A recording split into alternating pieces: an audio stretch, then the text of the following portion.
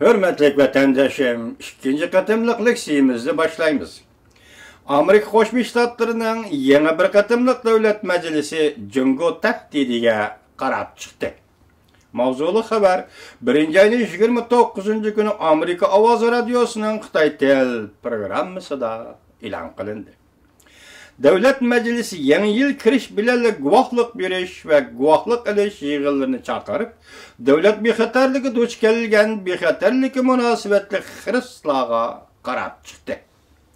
Davlat majlisining a'zolari va yuqori darajali generallar Jungo Amerikaning Osiyo Tinch okeani rayonida bexatarlikni qo'g'dash vaziyatiga xirist qilyotidi deb ko'rsatdi. Generallar va davlat majlisining a'zolari Jungo Osiyo Tinch okeani rayonida Amerikaning bexatarligi xirist qilyotidi deb ko'rsatdi. Amerika Qo'shma Shtatlar Davlat Majlisi 1-oyning dastlabida yangi bir qatimliq davlat majlisining yig'inini o'tkazgandan keyin davlat majlisining Kengash palatasi harbiy ishlar komiteti bir qator guvohlik berish yig'ini etishning vaqt jadvalini e'lon qilib, Amerika Qo'shma Shtatlarining yer sharining har qaysi joylarida duch kelgan bexatarlik munosabatli xiristlar va davlatning kelgusi bexatarlik strategiyasi masalalarini maxsus qarab chiqdi. 1-oyning 27-kuni ikkinchi qatim o'tkazilgan guvohlik berish yig'inida yig'inga riyosatchilik qilish Kengash palatasining Cumhuriyetçiler senatori Ayut Apand yig'in etish bilan Jungoning tahdididan ansiraydiganligini ifodalab ko'rsatdi. Ayut Apandi mundaq ko'rsatdi. Osiyo Tinch okeani rayonida Jungo tarixi xarakterli iqtisodiy taraqqiyotidan foydalanib, o'zining harbiy kuchini kengaytdi. Ko'p ballarni o'zining qo'shnilarini bo'zak etishga boshladi. Xalqaro qonunlarga xiris e'lon qildi. Bu xalqaro qonunlar Amerika va uning ittifoqdoshlarining xalqaro bexatarlikni qo'g'dash va iqtisodiy gullanishni va Burayning dengiz yuzi tavalligida erkin qatnashni qo'g'dashga intayin muhim ahamiyatga ega xalqaro qonunlar. Quruqliq armiyasi shtab boshlig'i Pensiyaga chiqqan general-mayor John Kenny mundaq ko'rsatdi. Amerika Qo'shma Shtatlarining bu rayonida Jungoning tahdidiga qarshi harbiy mudofaa kuchining bosimini tekshirib beqishimiz kerak. Bu rayonning mudofaasida va harbiy kuch o'rinlashtirishning o'tmishlik tartiblarini o'zgartirishning zaruriyatini tanib yetishimiz kerak. Amerika Qo'shma Shtatlar Osiyo Tinch okeani dengiz armiyasi qo'mondonligining sobiq qo'mondoni general-mayor Parol Reitred apandi guvohlik berish yig'inida qatnashdi. Mazkur general-mayor Jungo armiyasi bilan Amerika armiyasining o'zaro fikr almashtirishning muhimligini ta'kidladi. General-mayor Parol mundaq ko'rsatdi. Bizga yana bir maydon so'q munosabatlar urushining lazimi yo'q. Ular bilan o'tirib to'qinish paydo qilishning zaruriyati yo'q.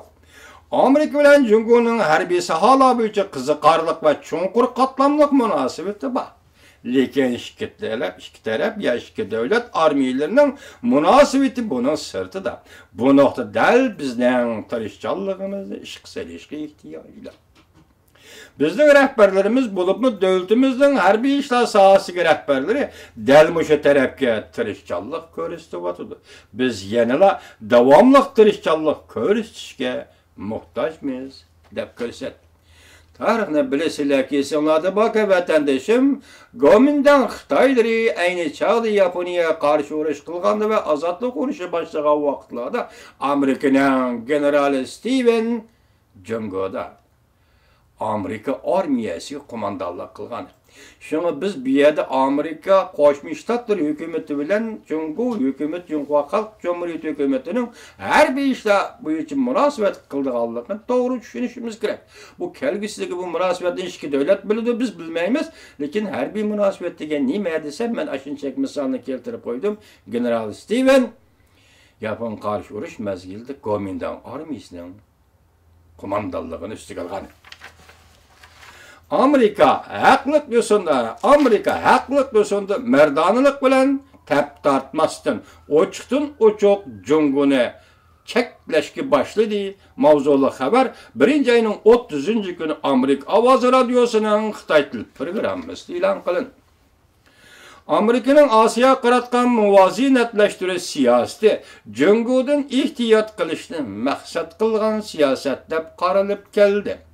Yana ba'zi obzorchilar Prezident Obamaning yaqinda Hindistonni ziyorat qilib, Hindiston bilan Amerikaning hamkorligini kuchaytirganligi bu Jungoga berilgan signal deb atashdi.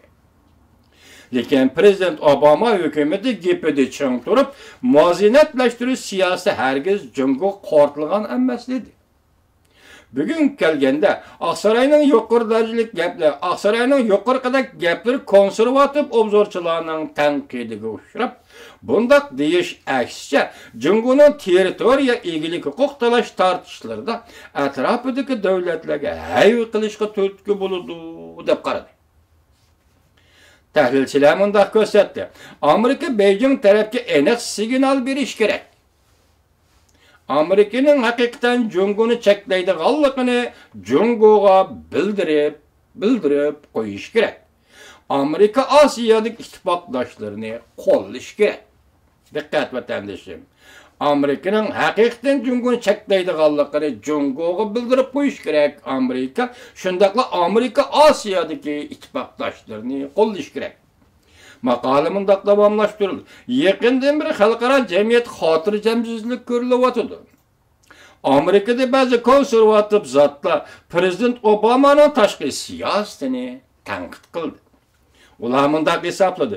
O'tmishda Amerika dunyoviy ishlarda bir rahbarning rolini olgan edi. Bundaq rol elish navbatda kichiklab ketdi. Cümleden Rossiya, Ukraynada harbiy harakat qo'llandi. İslam devleti baş götürüp chiqdi. Jungoning Osiyoda tavakkalchilik qilishi qatorli hodislarning hammasi Amerikada davlat mudofaasi va tashqi siyosat ojizlab ketganlikdan kelib chiqqan oqibatlar. Amerika Qo'shma Shtatlari Davlat Mahkamasi xalqaro tashkiliy ishlar bo'yicha yordamchi davlat ishlar kotibi Kem Holmes efendi ve Sabık Devlet Bexatarligi Komiteti Strategik planlash maslahatchisi William N. Boden efendiler tashqi siyosat jurnal chatma maqola e'lon qilib, navbatda dunyo vaziyati qalaymi-qalashib ketdi. Tashqi siyosat oldimizda 2016-yil o'tkazilgan prezident saylimi muhim salmoqni egallaydi. Aqsaroyga kirishga tayyorlanayotgan nomzodlar Amerika tashqi siyosati qandoq tangshash kerak degan masalani astoydil o'ylanishi kerak deb ko'rsatdi. Növbətdə Texas Universiteti Tarix və Strategik Siyasət Mərkəzinin müdiri olub işləyətqan N. Boden əpəndi 1-ayının 29-cu günü konservativlar xəzinəsi ənənəvi fond cəmiyyətinin mühakimə yığında Prezident Obama hökumətinin Asiyaga qayıtkili siyasəti Amerika'nın Asiya Tinch Okean rayonida uzun müddət mövcud olub turuşu intayın mühim deb ko'rsatdi.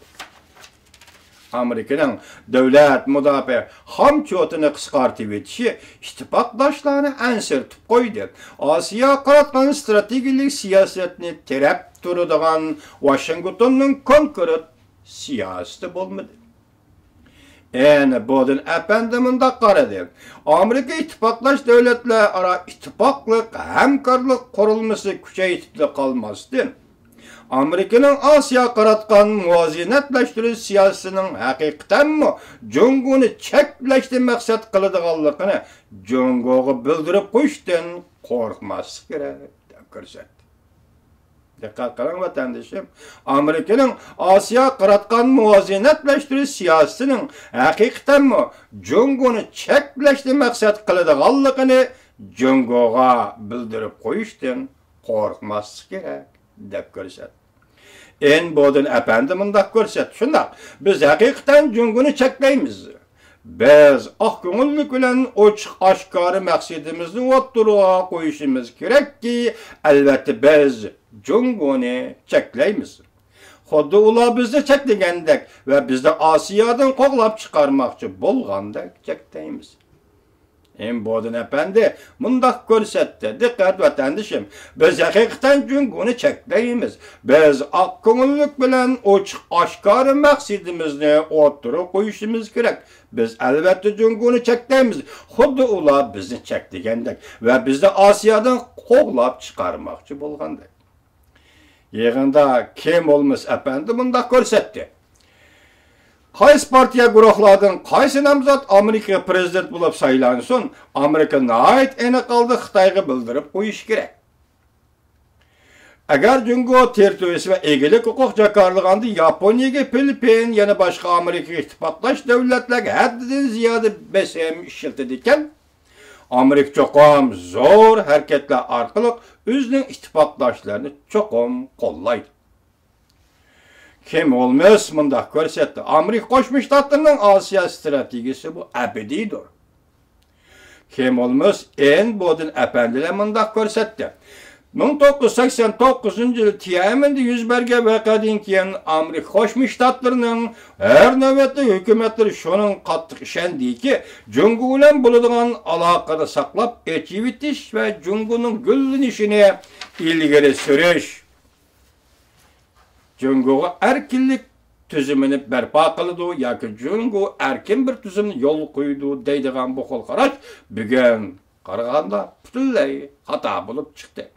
Chunki Jungo boy bo'lgandan keyin aksicha mayli ichki va tashqariga yo'q qurib besimlik siyosat bilan muomala qildi.